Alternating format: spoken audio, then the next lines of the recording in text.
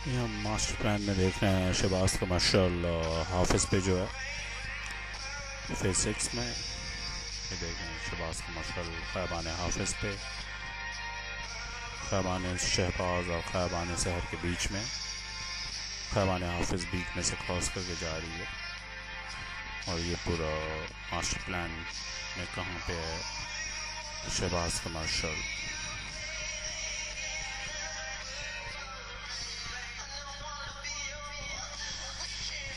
ये इसका इंडिविजुअल नक्शा है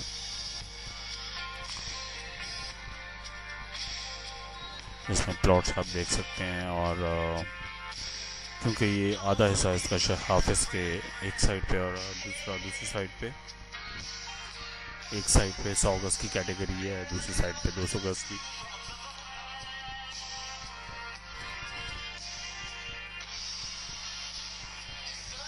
ये जो आप देख रहे हैं ये 100 गज की कैटेगरी के प्लॉट्स हैं।